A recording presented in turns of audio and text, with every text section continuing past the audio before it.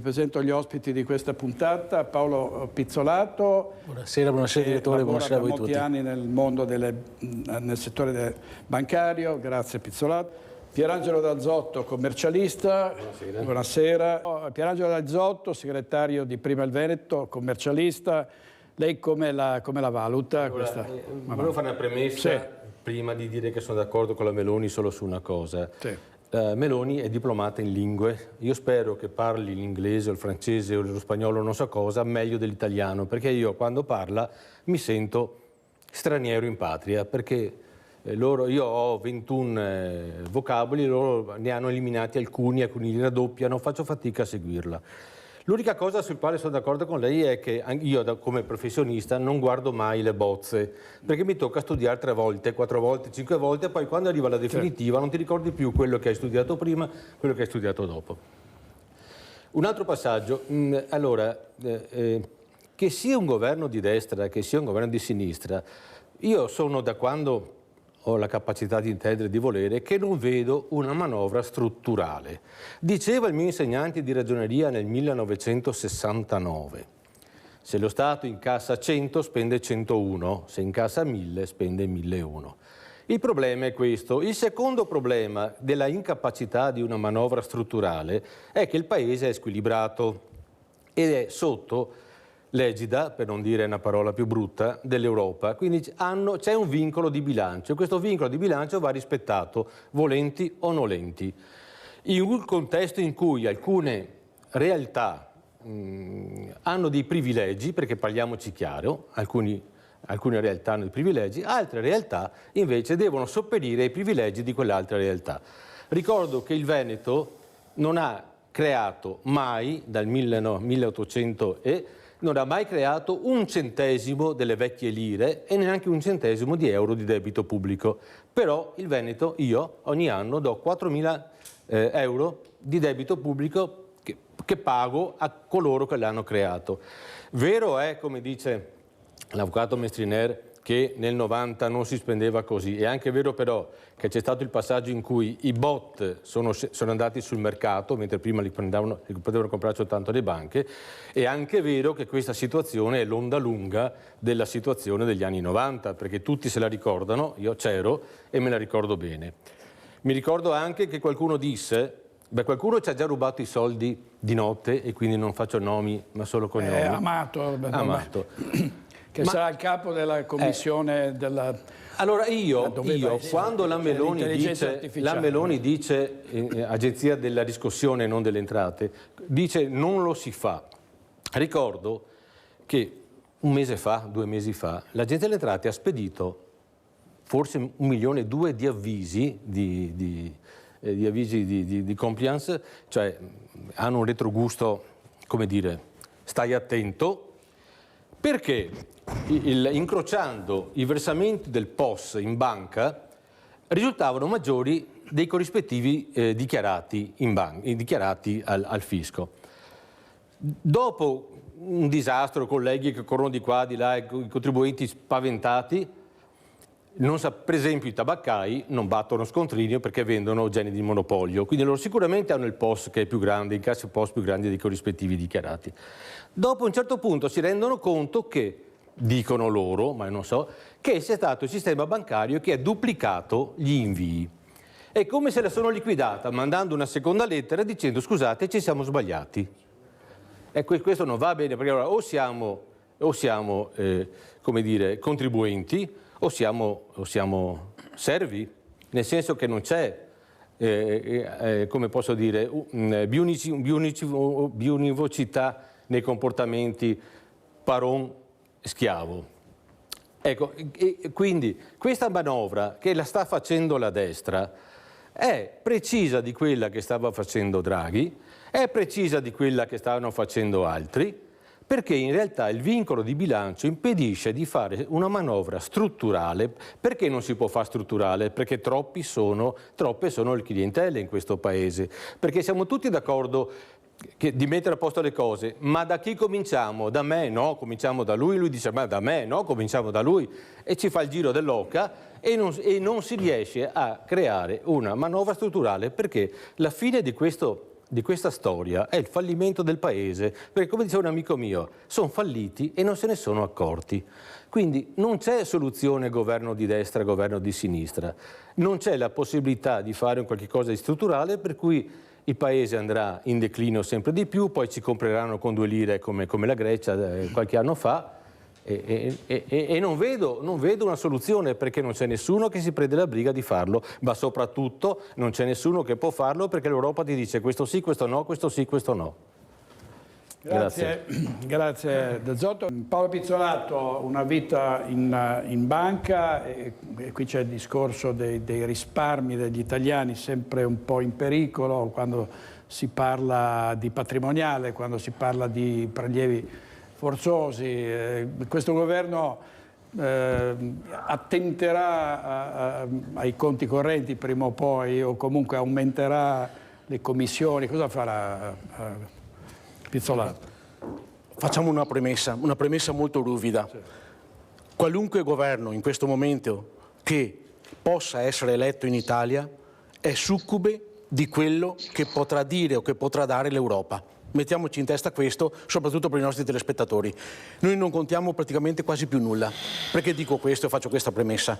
Da quando è scoppiata la guerra in Ucraina, le attenzioni dei grandi paesi, Francia, Germania, sono puntate verso nord, perché i paesi del nord sapete che hanno fatto la richiesta di entrare all'interno della NATO, per cui gli occhi sono puntati da quella parte, e del sud, cioè l'Italia, ci si è dimenticati e si lascia che ci sia l'invasione di questi clandestini ogni giorno. Gli occhi dell'Europa sono puntati sui paesi dell'est, perché quelli più vicini alla Russia e all'Ucraina stanno sempre ben attenti a quelli che possono combinare a livello di malanni questi qui.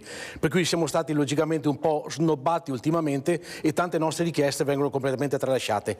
Dopo questa premessa guardiamo bene cosa sta succedendo. Allora, in questo paese da anni si sente parlare di manovre economiche. Tutti criticano le manovre economiche, tutti approvano le manovre economiche. Siamo completamente allo sbando. È un paese super indebitato, con un debito pubblico che è praticamente impossibile da calcolare e che è notevolmente aumentato, e torniamo a parlare di banche in questo momento, soprattutto dal 1° di ottobre. Perché? Ai miei telespettatori dirò questo. È stato emesso un BTP di notevole importo il 1° di ottobre e con buonissimi tassi, che all'interno delle banche è stato piazzato molto bene, è andato a ruba, bisogna dire la verità, tassi enormi che non contribuiscono assolutamente a fare in maniera che a livello elementare il debito pubblico possa andare meglio oppure la gente possa stare meglio. Perché? Perché ci siamo ulteriormente indebitati come paese per pagare gli interessi di questi BTP che vanno a coprire le perdite che aveva questo paese, per cui non è che abbiamo fatto un passo in avanti, abbiamo fatto un passo indietro. Attenzione, perché sto per dire che è una cosa gravissima, però la gente poi vedrà cosa fare. Se la gente pensa di aver fatto un ottimo investimento, l'ha fatto sicuramente, ma stia bene attenta, perché in questo momento quello che sta succedendo con questo governo è il proseguimento economico di quello che era l'agenda Draghi. Se qualcuno pensa che ci sia qualche cervelletto o qualche testone o qualche testina fina all'interno del governo che sta facendo questa manovra o che la sta disegnando, non è vero nulla. È stata disegnata dall'Europa e il proseguimento di quello che aveva detto Draghi, che viene messo da parte perché in caso di caduta del governo, in caso di creazione di un governo tecnico, nel caso fra un po' di anni servisse un Presidente della Repubblica, è l'uomo giusto al momento giusto, per cui verrà tirato fuori come al solito dal cilindro e sarà lui che manovrerà tutto. Questa manovra è un facsimile e manca solo un passaggio di quella che circa 10 anni fa Draghi aveva fatto nei confronti della Grecia. 10 anni di terrorismo in Grecia, di perdita di posti di lavoro e di 300.000 dipendenti pubblici che erano stati mandati a casa completamente. Questo è l'unico passaggio che manca completamente all'Italia. Qual è il problema di fondo? Abbiamo parlato anche prima di pensioni. Ho già avuto l'occasione un mese fa di dirlo, direttore, quando ero qui dentro. Anni fa l'INPS era uno degli enti più sani che avevamo. Poi è successa una cosa eclatante. All'interno dell'INPS sono stati portati i soldi dell'INPDAP, che aveva una serie di buchi impressionanti. Sono stati messi... È stata fatta la manovra, a quell'epoca mi sembra fosse stato Renzi che l'aveva fatta, non ricordo, è stato messo anche a bilancio a carico dell'INPS quei famosi 500 euro che davamo a ogni immigrato per fare il ricongiungimento familiare. Ha creato un altro buco ancora. In questo momento l'INPS non può farsi carico di tutto perché il governo e i governi antecedenti hanno sbagliato, perché l'aumento della pensione, l'aumento degli anni pensionistici e tutto quello che va dietro è perché l'INPS ha fatto un buco non assolutamente dovuto, perché prima era abbastanza discreto, diciamo, proprio perché non riesce più a pagare le pensioni, perché è stato portato via il malloppo grosso che c'era all'interno e il governo, qualsiasi governo, non sa più dove andare a sbattere la testa. Altra cosa, noi abbiamo avuto anni fa, qualcuno non lo ricorda, un risanamento delle poste che ha indebitato il paese in una maniera assurda, e per fortuna sono subentrati i fondi americani che ci hanno dato una mano. Dire che questa manovra è una manovra che va bene è una manovra sinceramente da persone che hanno cercato di fare qualcosina, un po' di musina per cercare di scavare capre e cavoli. Grazie Pizzolato. Ecco, soluzione due poveri, due stati del Zotto, questa è una proposta. Dicono bisogna. Fate qualcosa anziché dire bisogna sempre. Mi ricorda un sindaco di Venezia con la barba nera che diceva sempre dopo 6-8 anni di mandato bisogna. Un giorno gli dissi, sindaco, ma puoi parlare al passato, qualche volta abbiamo fatto anziché dire faremo, ecco. Citiamo Cacciari, la barba nera. Che è tanto bravo. Cosa ha fatto? Ma lo dicono tutti che è bravo. Mi ricorda anche un altro politico attualmente che è bravo, ma cosa ha fatto? Niente, però tutti dicono che è bravo. Vabbè, forse mi capiterà di nuovo in città anche sto giro. Vabbè. Io sono veramente in difficoltà, direttore, perché l'argomento è grande, esatto. è sovrumano.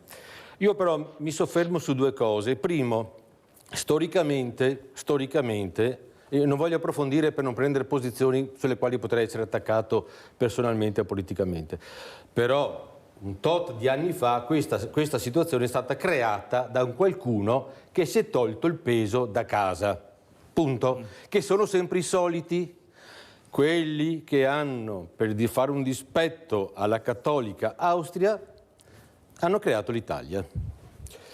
Allora, io, come tutti noi, so quello che vedo.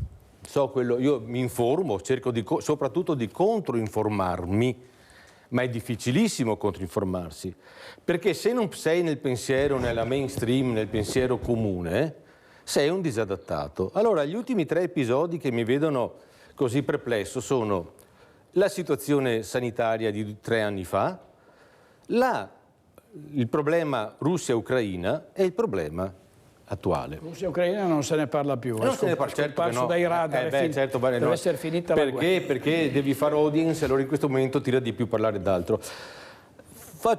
Voglio fare un esempio, un paio di esempi su come lo spettatore, il lettore di quotidiani, il lettore di riviste, venga inconsapevolmente trascinato in una situazione per la quale dice sì, ti ha ragione. Allora, c'era Pizzolato tempo fa che prendiamo un indice in borsa, vale 100, giornali di domani, la borsa ha perso il 10%. Dopodomani la borsa ha ripreso il 10%, tutti contenti? No, perché 100 meno 10 fa 90 e il 10% dei 90 è 9, non 10. Però se io dicessi a 100 persone o ai nostri telespettatori se oggi la borsa ha perso il 10, domani guadagna il 10, direbbero tutti siamo giusti.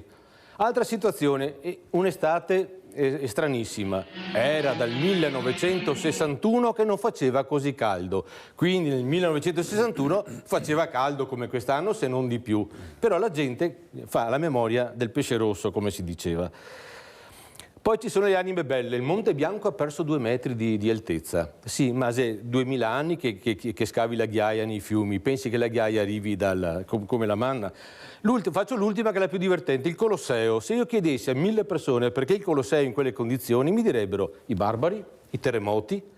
Invece il Colosseo è stato usato come cava dai romani stessi, dimostrando una totale incapacità di conoscere di rispettare la propria città. Ecco, davanti a questi episodi molto banali, dico l'ultimo, io vivo a Lido come Falconi, abbiamo gli autobus elettrici, che bello. Sì, ma la corrente la fanno magari a Marghera con la nafta. Allora non è che bello, è delocalizzazione dell'inquinamento. Però io abito a Lido, dico che bello. Ecco.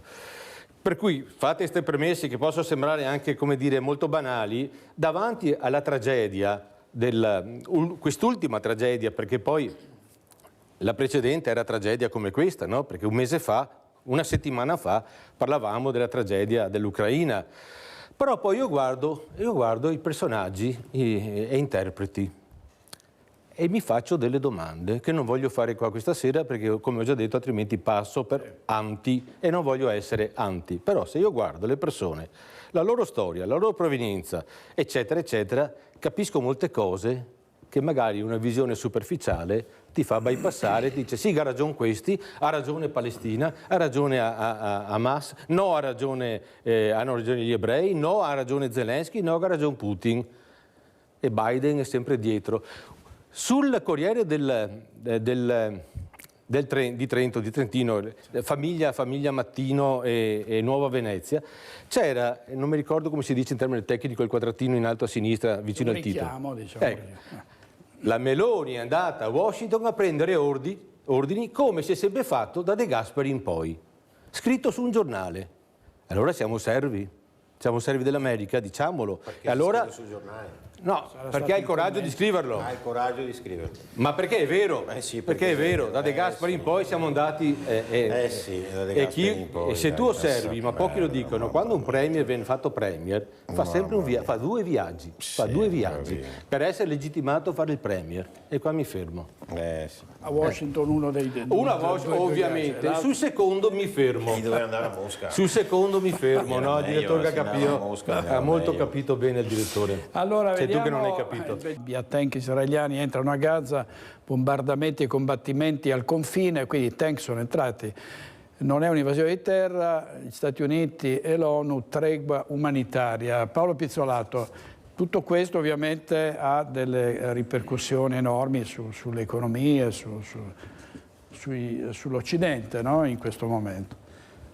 Giustamente, come è stato osservato prima, ci si lascia prendere dall'emotività in base anche da quello che vedi attraverso i media, praticamente, perché noi questa guerra la stiamo vedendo, ma non la stiamo toccando con mano. Abbiamo toccato con mano maggiormente quello che sta accadendo fra Russia e Ucraina, dove, mi dispiace dirlo, tanti ucraini che sono passati da questa parte, che sono migrati da noi per cercare di salvarsi dalla guerra, hanno raccontato certe verità che i media non hanno mai fatto vedere, non hanno mai detto. Tipo tutto quello che è successo nel Donbass prima che accadesse l'invasione russa nei confronti dell'Ucraina. Ma tralasciamo questo. Emotivamente ci si lascia prendere dal discorso di quello che sta accadendo al Medio Oriente e dalla paura soprattutto che possa essere coinvolto qualche altro Stato e che possa portare a un conflitto notevolmente più grande. Cosa succede? Succede che l'economia ne risente, come abbiamo sempre detto, come abbiamo sempre saputo. Però bisogna cercare anche, direttore, di capire una cosa, che l'economia certe volte ne risente perché la problematica viene venduta bene. Cerco di spiegare ai telespettatori cosa intendo dire. Nel momento esatto in cui c'è stato l'aumento della benzina a causa della guerra in Ucraina, non era vero assolutamente niente, perché noi non importavamo carburante da quel tipo di paese lì, lo importavamo da altri stati, da altri paesi. Però io mi sono trovato a fare i conti durante il periodo estivo con l'OMV, il distributore di benzina, 1 chilometro prima dell'uscita del confine delle Fernetti, trovando la benzina a 2,11. Passando il Fernetti 300 metri dopo c'è di nuovo l'OMV che vende di nuovo la benzina in Slovenia ed era a 1.511. Sì. Per cui vuol dire che problematiche di benzina, di carburante e del resto non c'erano fra questi due stati. Come mai noi avevamo 50 centesimi in più? Di certo a noi non viene qualcuno a venderci la benzina più cara rispetto alla Slovenia, anzi dovrebbe essere il contrario. Per cui si parla solamente di accise e di un conto a livello statale che non viene fatto bene, come abbiamo detto tante volte anche prima, relativamente alla manovra economica, per cui vuol dire che certe volte purtroppo ci lasciamo prendere dall'emotività, da quello che può essere l'aumento della benzina, l'aumento di questo e quell'altro, e non è vero niente. C'è stato un aumento dei cereali e del pane, perché noi dall'Ucraina importiamo cereali, importiamo di tutto e di più, non è vero nulla. Noi i cereali li importiamo dalla Grecia e dalla Turchia. L'Ucraina è all'8° posto a livello di importazione di cereali ed economicamente parlando, anche quelle valutazioni che facciamo in banca, non è assolutamente vero niente. E questi aumenti che ci sono stati, ripeto, economicamente parlando, non sono assolutamente veritieri, sono vere e proprie speculazioni di chi ci vende i prodotti, del governo che ha consentito a questa cosa, di qualcuno che vive di accise e di qualcuno che permette questi aumenti che invece non dovrebbero esserci assolutamente. Cosa accade? Accade anche che dobbiamo fare in maniera di stare molto attenti, perché mentre la guerra fra Russia e Ucraina può essere una guerra telecomandata, America, tutto quello che va dietro economicamente, il Donbass, la Crimea, chi più ne ha più ne metta, questa è una guerra religiosa molto molto molto paurosa. Come è stato evidenziato in un servizio di una stazione RAI, hanno detto che il 37% degli immigrati che arrivano da noi, scusate, dei clandestini, ho sbagliato termine, sono clandestini, non immigrati, sono persone che cercano di integrarsi per cercare di fare, diciamo, malanni o danni, chiamiamoli così, non dico neanche attentati, nel corso della loro vita nei paesi in cui migrano. Per cui il 37% è tantissimo, e arrivano tutti noi a Lampedusa o in altri paesi e vengono smistati poi in tutta Europa. Altra cosa, e qui finisco, guardate che c'è anche un po' di economia in quello che sta accadendo a Gaza e che sta accadendo con Israele, perché non so se qualcuno si sia informato lo sappia, ma 20 chilometri sul mare fuori Gaza è stato trovato un giacimento di metano che ha miliardi, non milioni, miliardi di metri cubi di metano, e darà sostentamento per i prossimi 100 anni economicamente parlando, a chi comanderà in quella zona. Per cui non c'è solamente la religione, non ci sono solamente gli attentati, ma c'è sempre un qualcosa dietro economicamente parlando che permette di sfruttare quelle che sono le risorse di quella terra, anche se a qualcuno possono sembrare terre povere.